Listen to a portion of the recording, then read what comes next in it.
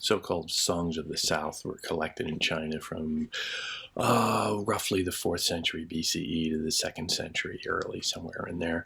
And they stand as a distinct counterpoint of sorts, or complement to some of the so-called northern literature that you see coming out of, let's say, Confucius and Lao Tzu. These a different perspective on wisdom texts. It's a large anthology with a lot of individual verses of varying lengths, and it is distinct in most especially in a kind of spiritualism and vibrancy that you just don't find in those other texts, the Analects or the Tao Te Ching.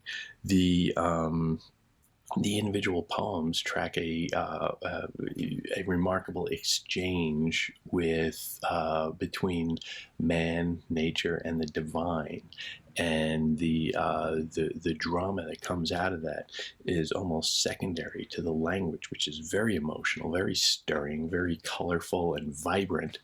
A distinctly aestheticized style that again stands in great contrast.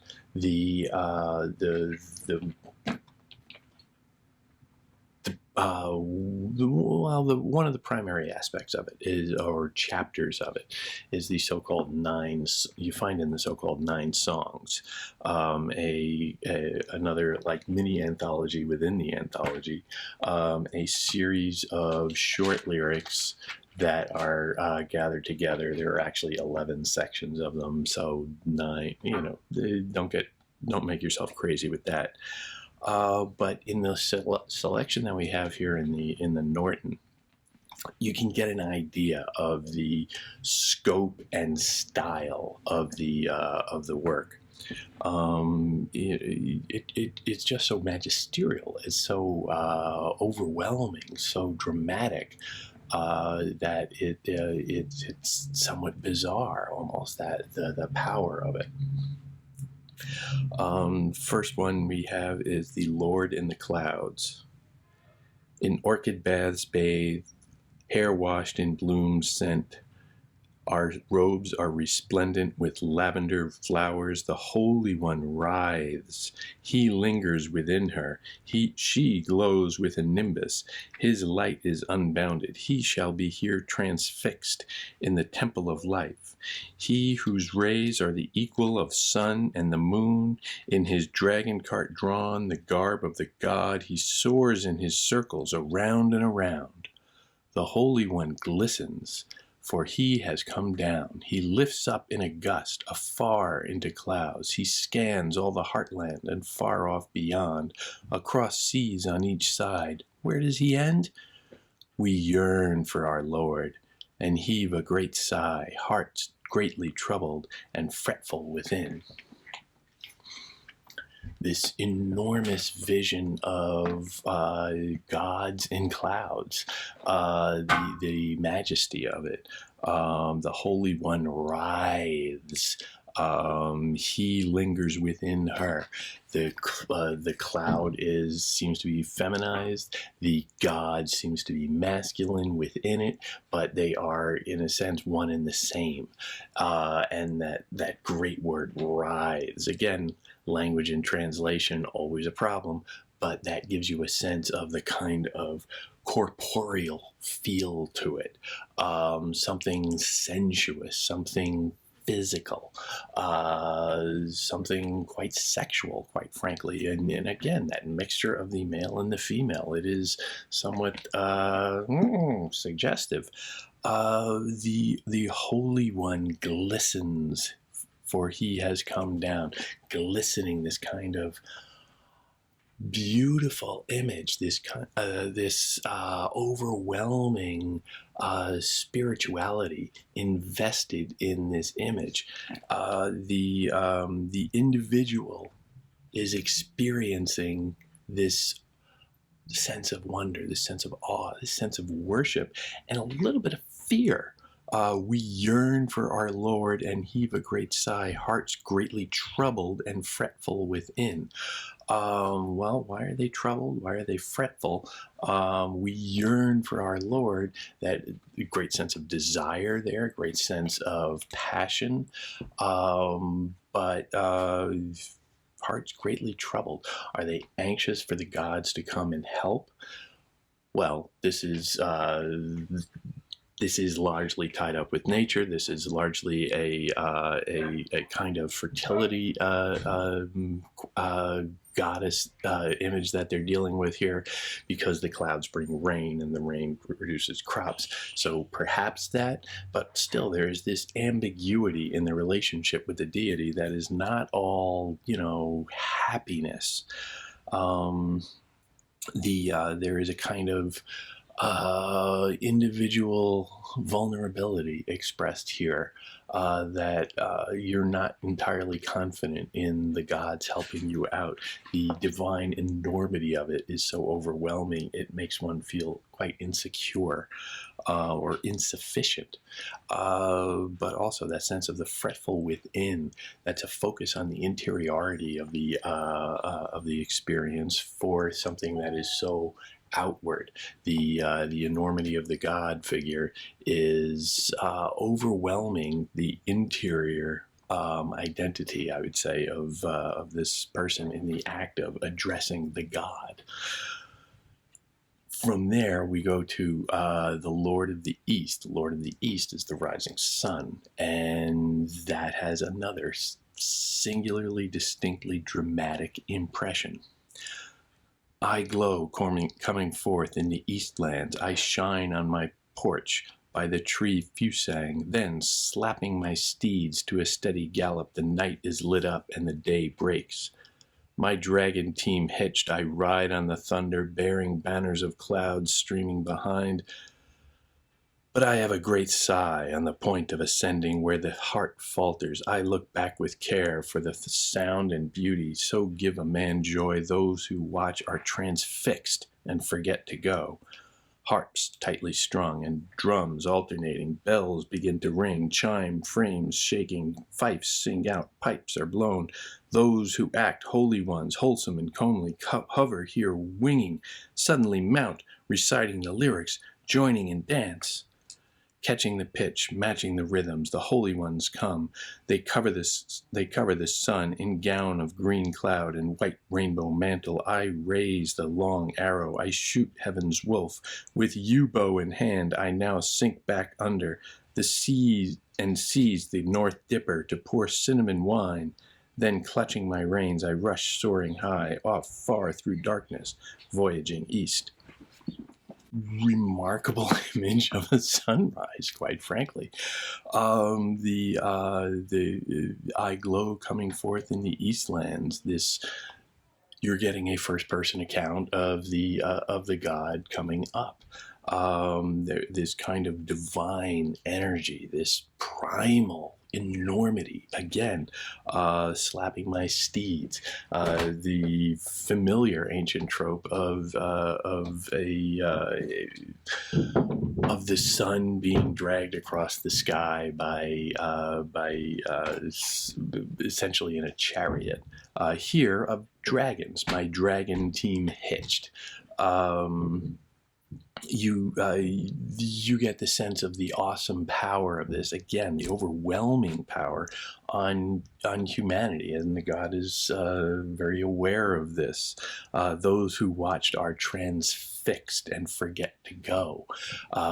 He seems to be enjoying, perhaps the god is enjoying, the overwhelming quality of his magnificence, the overwhelming quality of nature, that people who you watch the sunrise and it is miraculous. It is awe-inspiring. It is humbling in a very large way.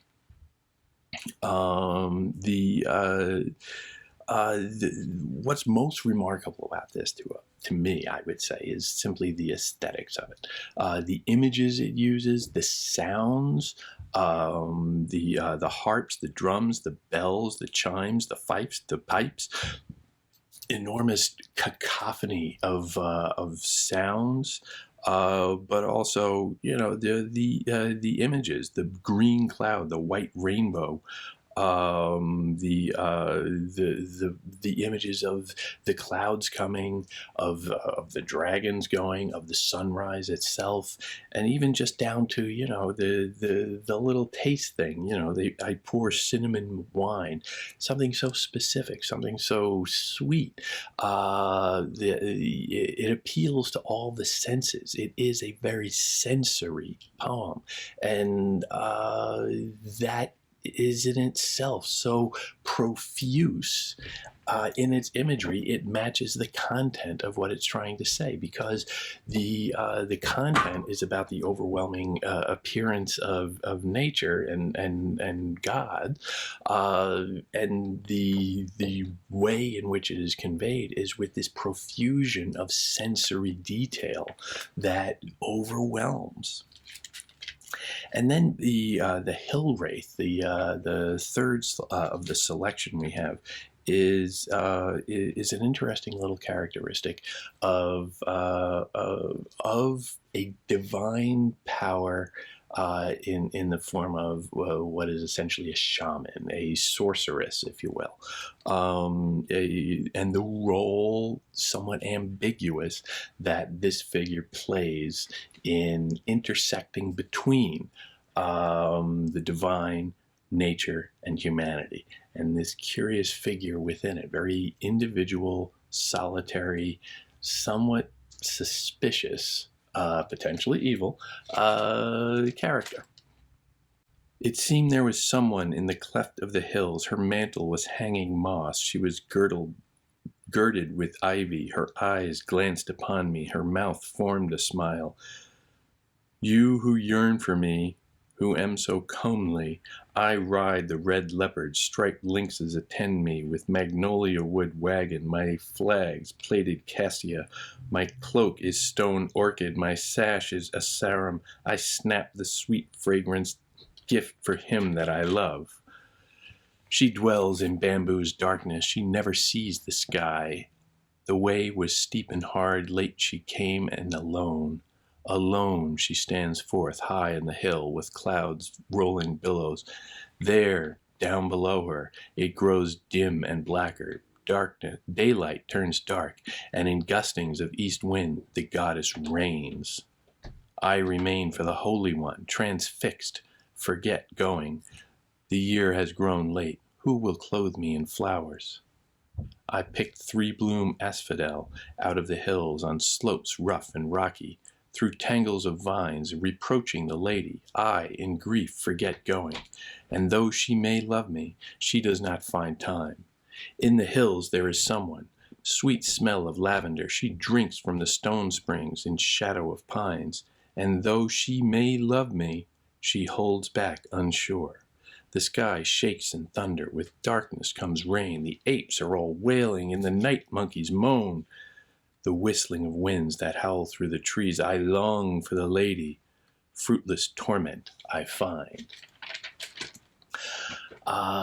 Suspicious, vulnerable, ambiguous. All of these characteristics are wrapped up here. She is clearly a figure associated with nature. She comes dressed in moss and ivy, and she associates with all of these other flowers and animals. This is clearly a nature goddess of some form, she's a shaman. She lives among nature in a very hermit-like way. We are told repeatedly that she comes alone. She is alone.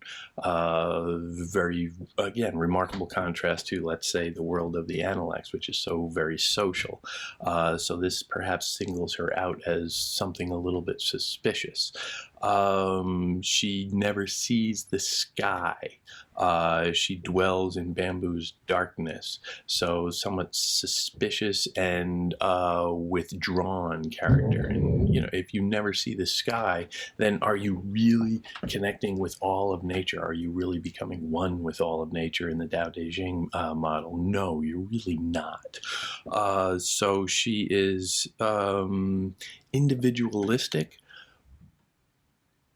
but very peculiar and perhaps sinister.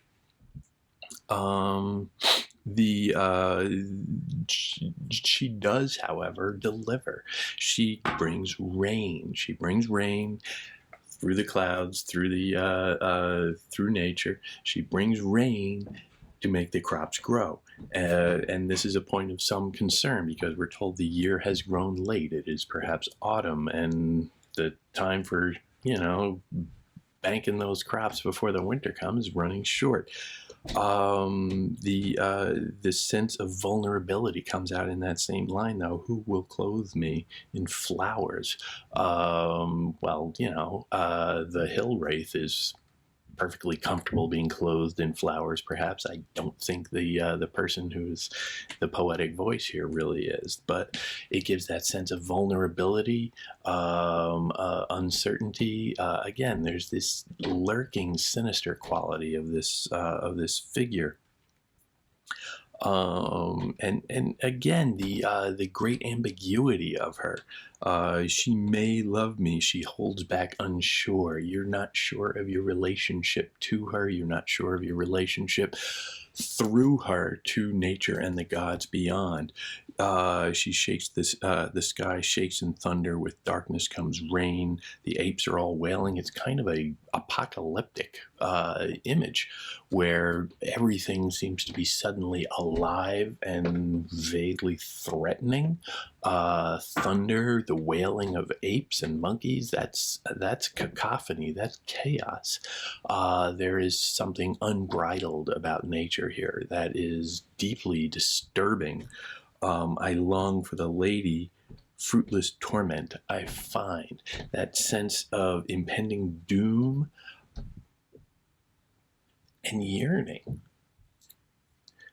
longing for something that you will never achieve. Endless, fruitless torment I find.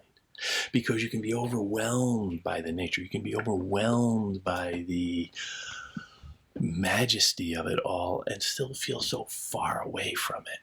Still feel so bereft of the kind of confidence that nature itself seems to have. The power of nature is inspiring, but the power of nature also reminds you of your own inherent vulnerability.